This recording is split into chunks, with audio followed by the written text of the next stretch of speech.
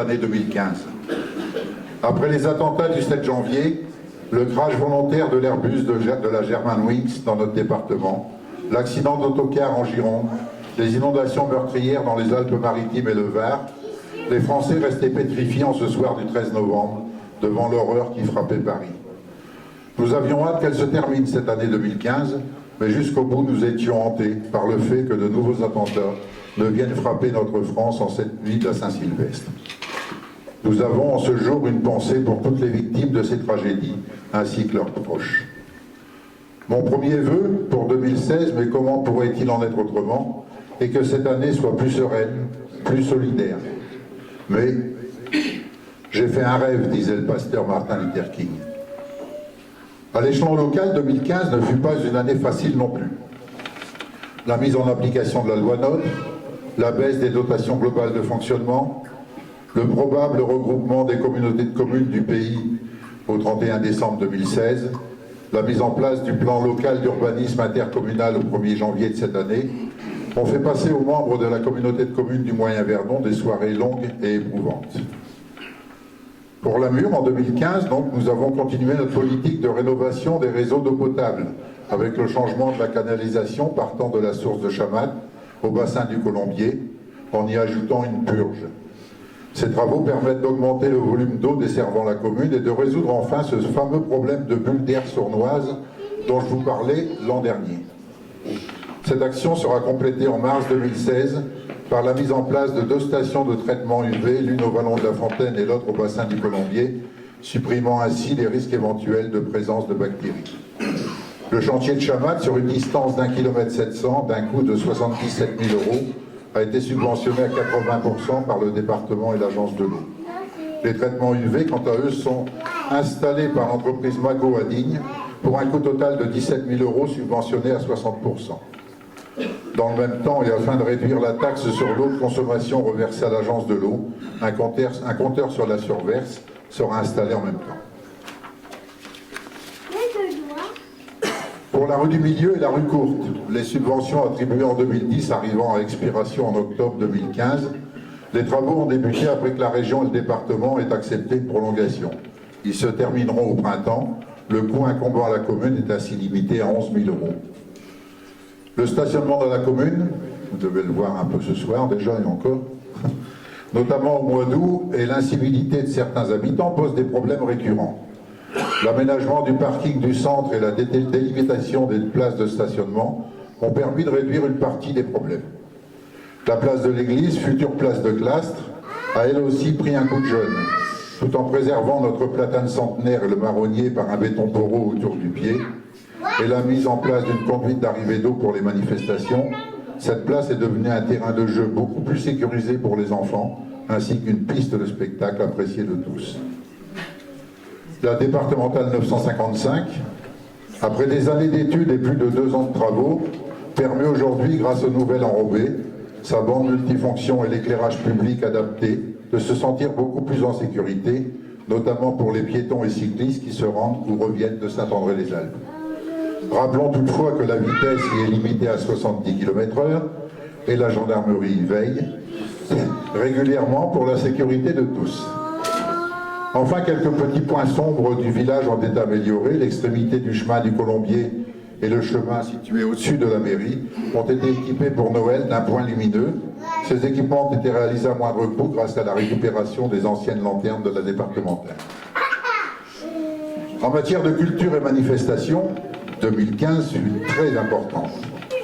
Le Riou, dont le président se cache là-bas dans le fond, avec la fête des voisins, le feu de la Saint-Jean couplé avec la fête de la musique, le carnaval des enfants, la 13e édition du marché de Noël et la fête du pain, réalisée avec les enfants et Béatrice Derval dans un contexte bio, ont connu un succès grandissant. Fabrice Pérez, l'association culturelle du pays à 3V, a posé ses valises dans le village le premier week-end de juillet dans le cadre de sa 5e édition de Mouvementé. La commune a été envahie de danseurs, conteurs et acrobates, et bien que surprenantes parfois, ces chorégraphies ont attiré un public nombreux et enthousiaste. 2 expositions de peinture ont également lieu dans la salle polyvalente, ainsi qu'une prestation musicale organisée dans le cadre du festival à Sarcadie, dans l'église Notre-Dame de Vauvert, début septembre. La fête patronale organisée par le comité des fêtes sous la direction de Marine Fall au mois d'août a connu une de ses années les plus riches avec un spectacle époustouflant de 14 août. Enfin, l'association pour la rénovation de l'église Notre-Dame de Vauvert et la chapelle Saint-Joseph, en sommeil depuis plusieurs années, a été renouvelée après une réunion publique. Sa nouvelle appellation, Murat Culture et Patrimoine, est placée sous la présidence de Madame Béatrice Derval, qui est ici devant. Deux grosses actions ont déjà été commencées. La rénovation de la chapelle Saint-Joseph, pour qui un dossier conséquent est en phase de finition, notamment en ce qui concerne le financement. Un recueil de photographies anciennes et le témoignage de nos aînés sur la vie et l'histoire de la Mure au début du XXe siècle. Des recueils de ces témoignages ainsi que des projections de photos anciennes et des diaporamas commentés par des personnes de la commune ayant visité des contrées lointaines sont en préparation. Si je ne me trompe pas. Mais je vous laisserai prendre contact avec Béatrice tout à l'heure afin qu'elle puisse vous expliquer à la fois ses projets, et si vous avez des éléments à lui fournir également pour cette association, de laisser une adresse ou un numéro de téléphone pour qu'elle puisse vous contacter. Bon vent à cette association qui a toute sa place dans notre commune. 2016. Vous voyez. Cette année, en termes de travaux, verra, comme je vous l'ai annoncé tout à l'heure, la fin des travaux de rénovation de la rue du Milieu jusqu'à la place du Seigneur. Si quelques désagréments sont à prévoir pour les riverains, nous nous en excusons auprès d'eux, mais le rendu à la fin du printemps compensera largement ceci. En attendant d'élucider les points sombres de la loi NOTRe, notamment sur l'attribution de la compétence eau-assainissement aux communautés de communes au 1er janvier 2020, il a été décidé en conseil municipal de commencer les lots 2 et 3 sur Argent, relatifs à la réfection des eaux potables, eaux usées et eaux de pluie sur la rue Longue et la rue du Cimetière, ainsi que l'enfouissement des lignes basse tension et téléphoniques après l'obtention en 2015 d'une enveloppe du SDE 04 pour effectuer ces travaux. La consultation des entreprises par le cabinet Petit-Jean interviendra après la réception des arrêtés de subvention, logiquement en février. Deux autres dossiers seront étudiés, on va dire, cette année. Le premier consistera à la réfection des réseaux de la Grand-Rue et la création du parking Saint-Joseph face à la chapelle. Après la rétrocession par le département de cette départementale 502 qui traverse notre commune, depuis la montée au jeu de boules jusqu'à l'ancienne école. Cette rétrocession impliquera que le département prenne en charge l'enrobé sur la partie lui incombant. Vous avez pu voir d'ailleurs un avant-projet du parking sur le bulletin municipal 2015, et j'en profite pour remercier les membres de la commission communication qui ont œuvré pour qu'il soit distribué avant les fêtes de fin d'année. La seconde étude portera sur la création en lieux et places de la maisonnette Martin-Sello d'un centre culturel dans lequel ateliers de peinture, expositions temporaires et permanentes seront proposés. Ce centre culturel portera le nom du légataire à la commune de cette propriété. Nous aurons l'occasion lors d'une réunion publique au cours du premier semestre de détailler ces projets et de vous en dire un peu plus sur les conséquences de la loi NOTRe pour notre commune et pour notre communauté de communes en plus. La mise en place de la numérotation des habitations sera réalisée en cette première partie de l'année, indispensable notamment pour les secours et la poste. Chaque propriétaire recevra un courrier avec la nouvelle adresse à prendre en compte. 2016 verra aussi, dans le cadre du label Secret de Fabrique, porté par les 5 communautés de communes du pays, et principalement pour les travaux par la communauté de communes du Moyen-Verdon, l'ouverture au public de la minoterie chère à Ernest Doll. Après la distillerie de Barème en juillet 2015, ce sera le dernier bâtiment composant ce label. À titre d'information pour les plus réfractaires, la distillerie de Barème a accueilli de juillet à octobre 2015 plus de 1700 visiteurs, alors que tous les moyens de communication et de publicité n'avaient pas été mis en place. Comme vous le voyez, un village qui dort est un village qui meurt, et les conseillers municipaux et moi-même avons comme impératif de ne pas nous endormir pour les 4 années de mandat qu'il nous reste. 2015 aussi, on en profite un petit peu sur Argent, donc a vu un renouveau du projet de la centrale photovoltaïque. Vous saviez que depuis quelques années, depuis mon prédécesseur, Pierre Blanc, qui est ici présent, a monté un dossier concernant cette centrale photovoltaïque. Elle avait été abandonnée à cause du PLU qui n'était pas réalisé. En 2012, le PLU ayant été réalisé, on a été confronté à un problème de raccordement de cette centrale photovoltaïque. On a relancé le projet, plusieurs sociétés ont répondu présentes, mais ces sociétés ont baissé les bras immédiatement devant le coût de raccordement que demandait ERDF. En fait, ERDF demandait un raccordement de la Coulette à Argent jusqu'à Digne, soit 36 km pour 5 345 000 €, ce qui a dégagé tout de suite une levée de bouclier des autres. À partir de là, j'ai donc écrit à Madame la ministre de l'Écologie et du Développement rural, en lui faisant remarquer quand même que tous les propos faits par les sous-préfets, par les préfets, nous désignaient, nous, maires des communes rurales, comme étant les chefs de file de la transition énergétique. Et je leur ai donc demandé de vérifier un peu les propos qui ont été dits, si c'était ça. Donc elle nous a répondu, très rapidement d'ailleurs, au bout de 15 jours, en nous adressant la société Neoen, qui est une société française qui a réalisé les 2 plus grosses centrales européennes photovoltaïques, une dans l'Est et une dans les Landes actuellement. Celle des Landes d'ailleurs peut approvisionner la ville de Bordeaux à l'année. Ces gens sont venus 15 jours plus tard en fait, et les premiers contacts réalisés, la visite sur le chantier, nous permettent d'être plutôt optimistes sur ce principe, puisqu'un bail a déjà été signé avec la commune pour réaliser dans les 4 ans à venir une centrale photovoltaïque d'une superficie de 60 hectares. Et le fait que RDF demande un tarif aussi élevé, eux passeraient par le réseau de transport d'électricité qui est nettement moins cher et qui serait plus adapté. Donc le dossier auprès du RTE est déjà en cours. Si au bout de 4 ans la solution n'est pas finalisée, alors on abandonnera. Avant, je voudrais revenir quand même un petit peu, puisqu'il y a pas mal d'élus ici. Avant, comme c'est la coutume de passer au remerciement et de lever notre verre à 2016, je souhaiterais vous faire part d'une remarque que je me suis faite. En longeant la départementale pour me rendre à Argent, je me suis dit, mon Dieu, comme les montagnes qui entourent la Mure sont belles. En passant tous les jours sur cette même route, habitué à ces montagnes, je ne prêtais plus attention à leur beauté. Ces montagnes ressemblent à la démocratie. Nous avons la chance en France d'en bénéficier et on l'oublie, jusqu'au jour où on risque de la perdre. Un peu comme l'air pur que vous respirez, si on ouvre un peu les fenêtres.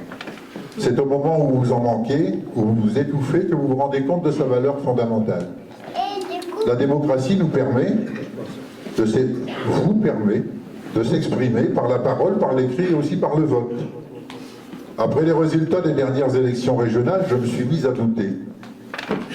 Malgré ma présence quotidienne à la mairie, comment n'ai-je pas vu la délinquance s'accroître de façon significative dans le village? Le dernier fait marquant me semblait pourtant être un véhicule recouvert de paille et de papier toilette un matin de la fête du 15 août. Comment n'ai-je pas vu un flux de migrants traverser notre commune, ou alors sont-ils passés si vite que je ne les ai même pas remarqués? Comment n'ai-je pas été mis au courant de l'augmentation significative des demandeurs d'emploi à la Mure? Pourtant le village est désert dans la journée, et à part Pierre, Louis, Gilbert et Henri qui sont retraités, personne n'est venu en mairie pour me faire part de ces problèmes d'emploi. Alors le résultat des élections régionales, mettant le parti d'extrême droite en tête, me gêne et m'indispose.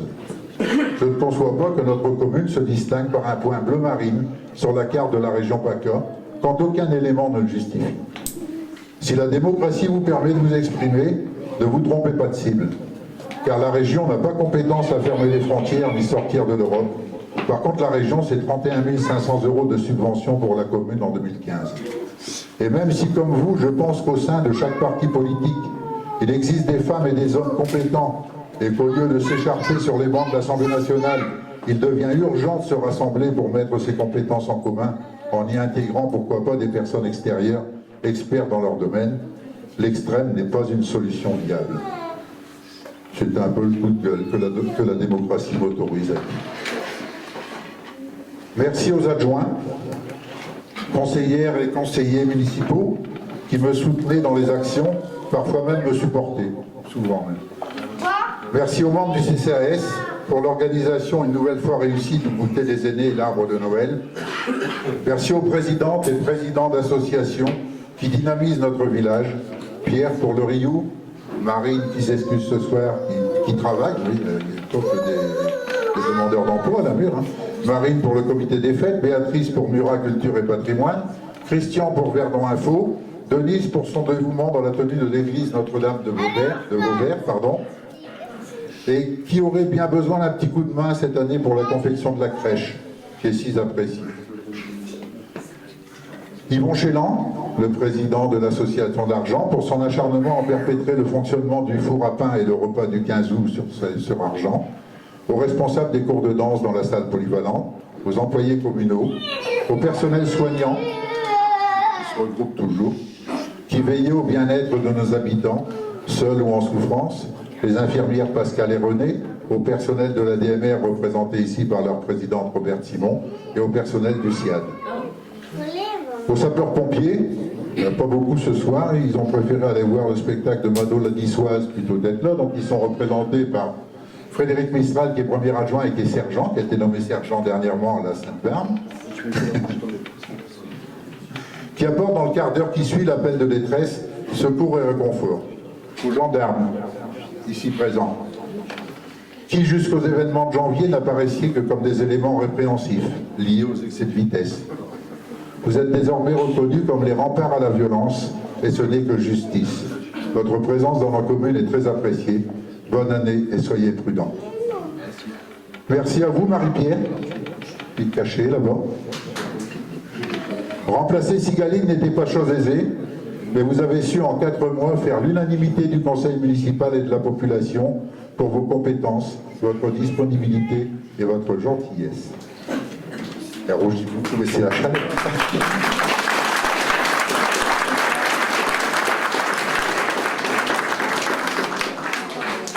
Merci aux chefs des petites entreprises qui sont ici présents aussi, que nous nous efforçons de faire travailler malgré les difficultés auxquelles nous devons faire dans les communes. Merci à toi, Jean-Louis,